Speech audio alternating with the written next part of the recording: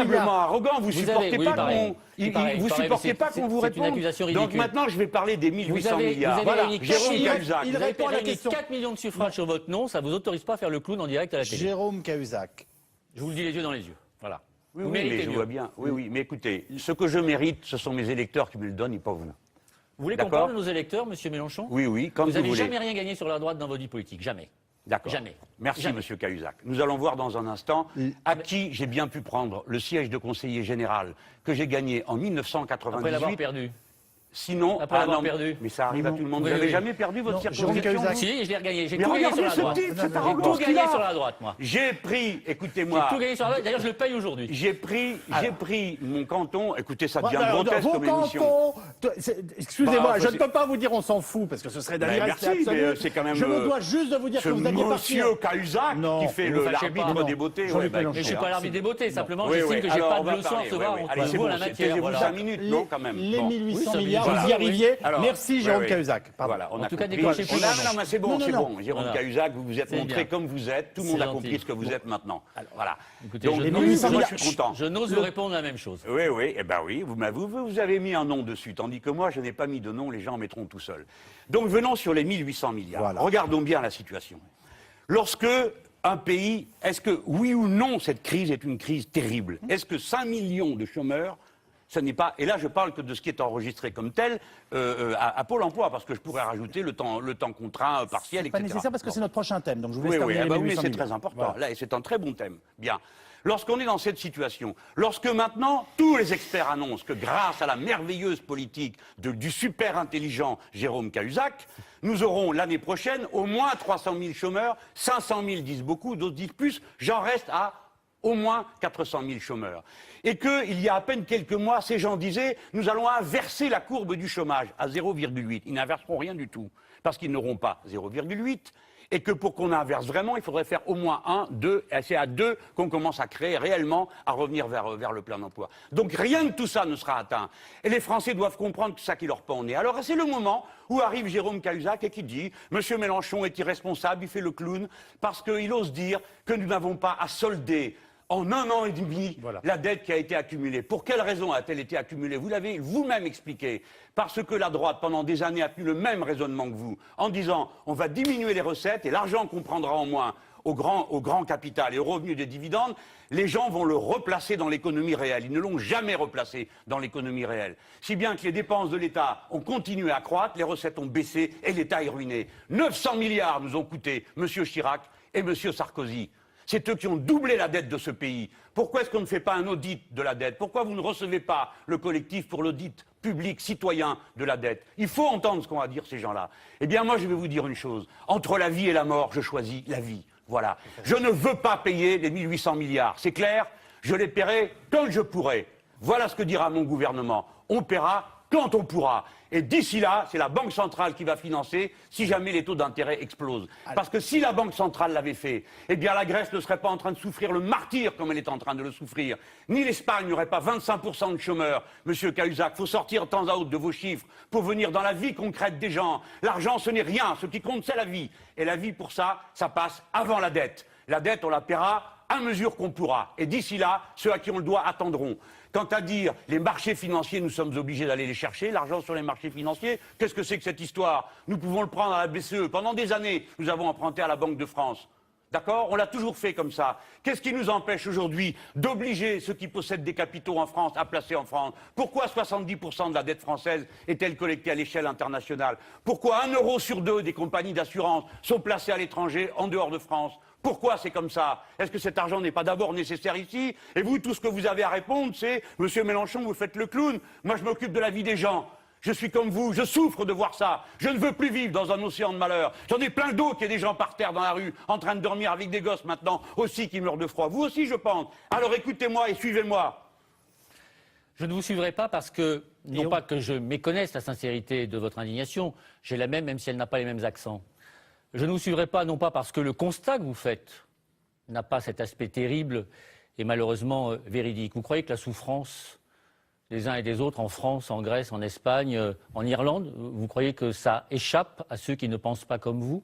Au seul motif qu'ils ne pensent pas comme vous trompez. Mais j'ai pas dit ça. Ça tombe bien parce Si que vous la voyez, donc ça tombe bien car ça aurait été blessant. de le faire, puisque Ça ces tombe bien recettes car n'ont ça aurait rien été donné. blessant. Mais je ne vous suis pas pour une raison très simple. C'est que ce que vous proposez ne réglera pas le sort de ces millions de malheureux dont vous semblez pourtant épouser la cause avec beaucoup de sincérité et beaucoup d'enthousiasme. Si je ne vous suis pas, c'est parce que je ne crois pas que ce que vous proposez, cela fonctionnerait et cela permettrait d'améliorer leur sort. Vous haussez les sourcils.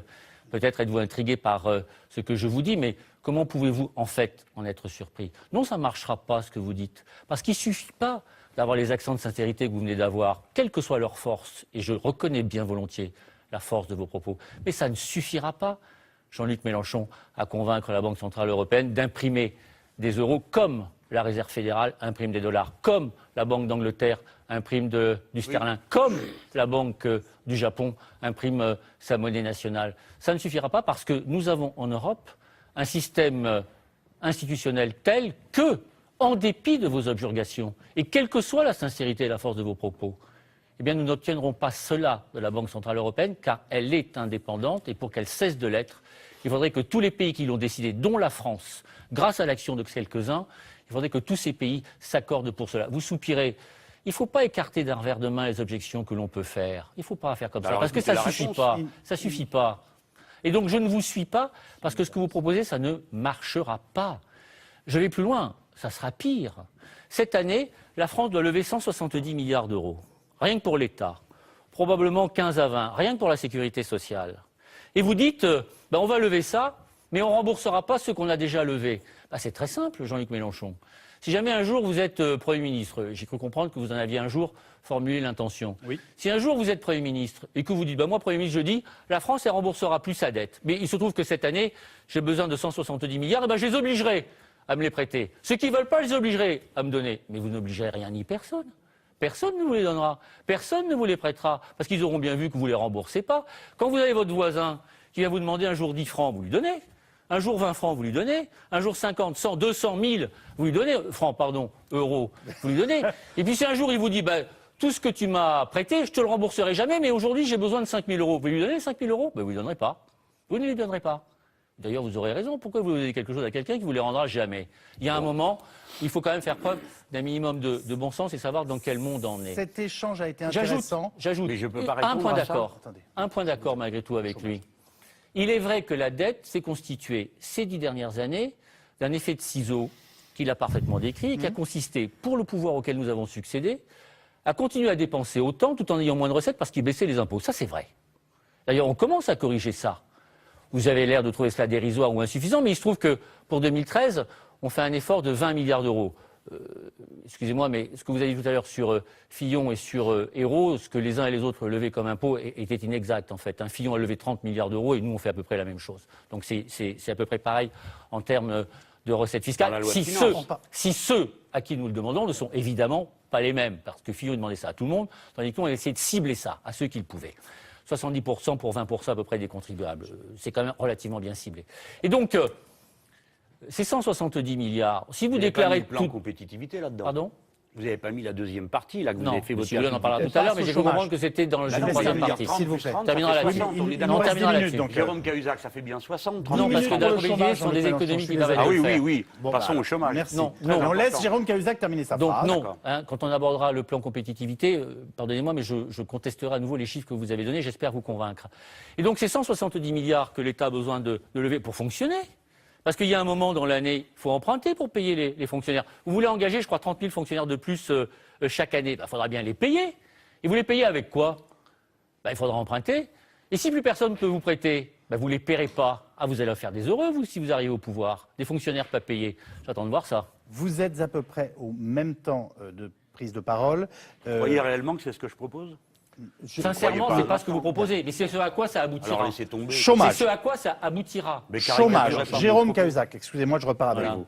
Nous ne devons jamais promettre au-delà de ce que nous sommes absolument sûrs de pouvoir tenir. Je cite Pierre Mendès France et François Hollande, hier en visite à Louviers, s'est arrêté devant cette phrase de notre ancien président du Conseil, avec l'air de méditer en passant devant. Il a pourtant promis d'inverser cette année la courbe du chômage. J'ai envie de vous dire, c'est pas vraiment du Mendès, ça. Attendez de savoir s'il y arrive ou pas.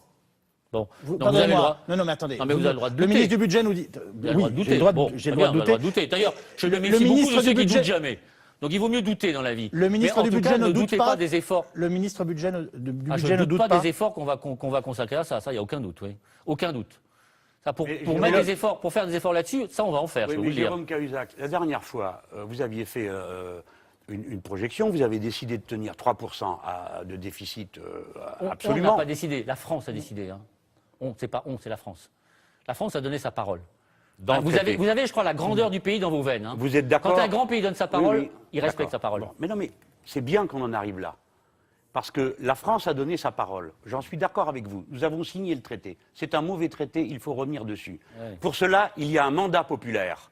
La parole qui compte plus que toutes les paroles, c'est la parole du peuple. Donc il faut lui demander s'il est d'accord pour continuer cette politique. Voilà ce que je croyais qu'était l'élection présidentielle. Parce que dans l'élection présidentielle, vous avez dit que vous alliez renégocier le traité. Vous venez de dire à l'instant que c'est à cause du traité qu'on est à 3%. Vous n'avez rien renégocié jamais du dit tout. ça. Non, non. C'est J'ai le jamais dit ça. président Bien. François Excusez-moi, Hollande. Jean, là, vous vous emportez. Vous venez de nous dire que vous Non, n'avez non, jamais dit non, ça. arrêtez Jamais, avec ce j'ai genre jamais de dit ça. numéro. Vous pouvez Je pas me n'ai dire, voilà, jamais 3 dit fois ça. de suite, parlons du Mais chômage, enfin, et au moment où je vous interroge là-dessus, Vous avez le droit de le confie. penser. Non, non, non, j'ai non. pas dit ça. Ok, Mais vous avez le droit de le Vous, penser. cher Non, mais monsieur, la mise au point, importantissime la mise- Cahuzac, Arrêtez. François Hollande. Arrêtez, les choses s'étaient calmées, le François redémarrez pas. Hollande, François Allez. On Hollande aimerait a bien parler du déclaré pendant la chômage. campagne qu'il renégocierait le traité. Il ne l'a pas renégocié, n'a pas changé une virgule. Il a proposé un pacte de croissance, paraît-il, dont la moitié de la somme était déjà dans le budget européen et le reste n'existe pas. Oui, monsieur. Jean-Luc Et là, Mélenchon. il est en train de proposer 75 milliards d'euros de réduction au budget européen. Eh bien, 60 milliards rajoutés, moins 75, ça fait moins 15. Voilà votre histoire. Voilà votre plan de croissance que On peut c'est. parler chômage Je peux Merci, quand même non, répondre je suis désolé. Non, non, non. Non, mais Non, vous c'est n'êtes Yves pas Calvi. d'accord avec lui, on l'a Yves fait. Calvi. Non, non, non, non, non. Je suis La désolé. Banque européenne On ne peut pas d'investissement, c'est consacrer 120 milliards. 1h15 d'émission. Doublé, 240 milliards. Les 110 fonds minutes au structurels chômage. européens non mobilisés, c'est 55 milliards. Je sais pas. Non, mais faites pas ça de la main, je vous en mais prie. non, Voilà. c'est pas 240 Vous êtes milliards, député on est sur européen, 120 milliards. Vous êtes député européen, c'est Oui, facile à oui, vérifier. vous n'allez pas me faire la C'est leçon facile si à sur un vérifier. sujet. Attendez, je vais Eh bien, essayer c'est d'avoir- très facile à facile à vérifier. vérifier que le plan de croissance dont vous parlez n'existe pas. La fraction de la somme qui est réellement mise dans la croissance est insignifiante. Et ça a à voir avec le chômage, figurez-vous, Yves Calvi. Mais c'est moi Parce qui- qu'il s'agit de savoir si l'Europe va respirer ou mourir asphyxiée. Je vous remercie Dans de poser les l'économie. questions et surtout d'essayer de répondre à celles que je vais vous poser. Il vient de vous dire, nous ferons tout pour essayer d'inverser la courbe du chômage, mais lui-même, notre ministre du Budget, a visiblement des doutes. Alors, vous avez des noms. ça. Vous êtes gentil, Yves bien Calvi, sûr. mais il me semble m'exprimer suffisamment clairement, j'ai pas besoin d'exégète. Très bien. Voilà. Alors, Soyez je gentil. ne ferai pas l'exégète du ministre Voilà. du Budget. Voilà. J'ai cru comprendre que vous-même sembliez avoir des doutes, puisque je n'arrive pas à vous faire dire que vous pensez y arriver, ce qui est quand même... J'y pense autant que le président de la République, pas plus et pas moins. c'est de la pensée. Vous avez Bah, dénoncé... à ce stade, oui, excusez-moi, oui. Du verre. Très bien. Donc c'est bien de le dire. Jean-Luc Mélenchon, vous avez dénoncé les cadeaux faits aux patrons dans le cadre du crédit impôt compétitivité. Pourquoi vous ne répondez pas pendant un mois, au bout d'un mois? Je n'ai pas informé Pierre Moscovici, ni que j'avais reçu ce formulaire, ni que je n'avais pas répondu à ce formulaire. Quant à votre question, dont il ne me semble pas que le rapporteur l'avait posée, pourquoi n'ai-je pas répondu à ce formulaire? Il y a 2 tabous que je n'ai pas transgressés, au moins. Le premier, contrairement à ce qui est écrit, je n'ai jamais juré ne pas détenir de compte sur la tête de mes enfants, jamais. Le deuxième tabou, mentir par écrit à l'administration dont j'avais la charge m'a semblé impossible.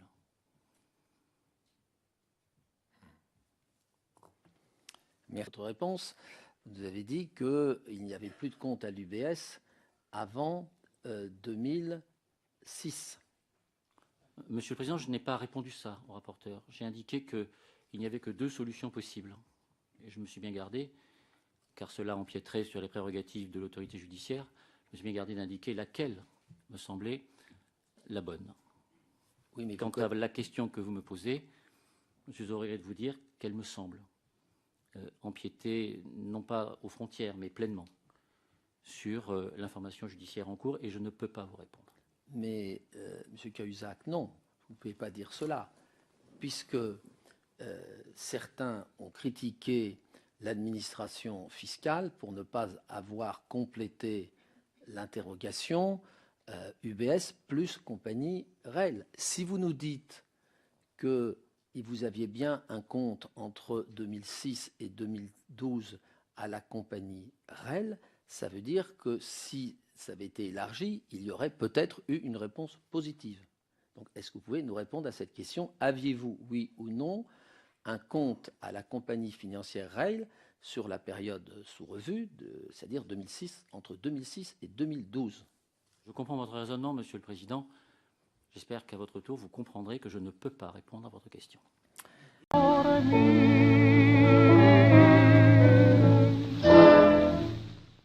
Le feuilleton judiciaire se transforme en affaire politique. Et les questions fusent. François Hollande pouvait-il ignorer ce compte caché? Que savait-il exactement? L'Élysée fait front derrière son ministre jusqu'au 2 avril. Ce jour-là, 15 jours à peine après sa démission, Jérôme Cahuzac avoue au juge qu'il détient un compte caché avec 600 000 € transférés de Suisse à Singapour. Il est mis en examen. La déflagration politique est énorme. L'Élysée doit improviser le lendemain une déclaration. J'ai appris hier, avec stupéfaction et colère, les aveux de Jérôme Cahuzac devant ses juges. Il a trompé les plus hautes autorités du pays, le chef de l'État, le gouvernement, le Parlement, et à travers lui, tous les Français. C'est une faute impardonnable.